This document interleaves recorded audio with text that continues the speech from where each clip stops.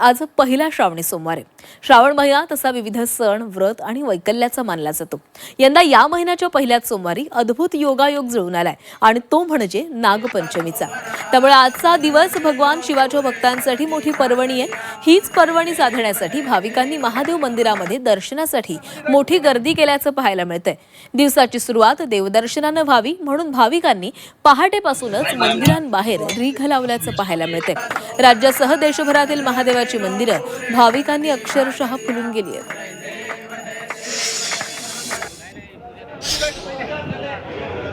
तर आज श्रावणी सोमवार आहे आणि सोबतच आज नागपंचमी देखील आहे, त्यामुळे भाविकांची मोठी गर्दी झाली। ही दृश्य आपण नाशिकच्या त्र्यंबकेश्वर मधून पाहतोय।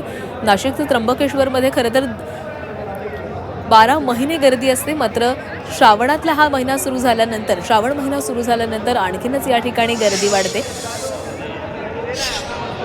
आणि हे दृश्य आहे ते संभाजीनगरच्या घृष्णेश्वर मंदिरातली। या ठिकाणी देखील महादेवाच्या पिंडीचं दर्शन घेण्यासाठी या ठिकाणी गर्दी झालेली आहे। या ठिकाणी जलाभिषेक देखील शंकराच्या पिंडीला घातला जातो। ही 12 ज्योतिर्लिंगांचे दृश्य आपण पाहतोय। हिंगोलीतलं हे औंढा नागनाथ मंदिर आहे। या ठिकाणी सकाळी पूजा संपन्न झाली आणि आता देखील भाविकांनी दर्शनासाठी गर्दी केलेली आहे।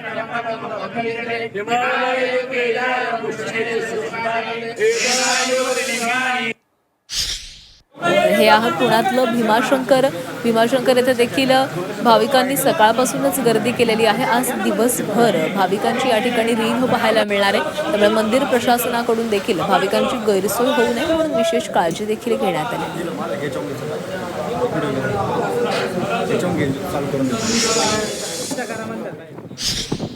आज श्रावण महिन्यातला पहिलाच श्रावणी सोमवार आहे आणि त्यानिमित्तानं 8वं ज्योतिर्लिंग असलेल्या औंढा नागनाथ मंदिरामध्ये भक्तांचा महासागर एकत्र झाल्याचं पाहायला मिळालं। मध्यरात्री 2 वाजताच्या सुमारास मुख्य शासकीय पूजा आणि दुग्धाभिषेक घातल्यानंतर मंदिराचे दरवाजे भक्तांच्या दर्शनासाठी खुले करण्यात आले।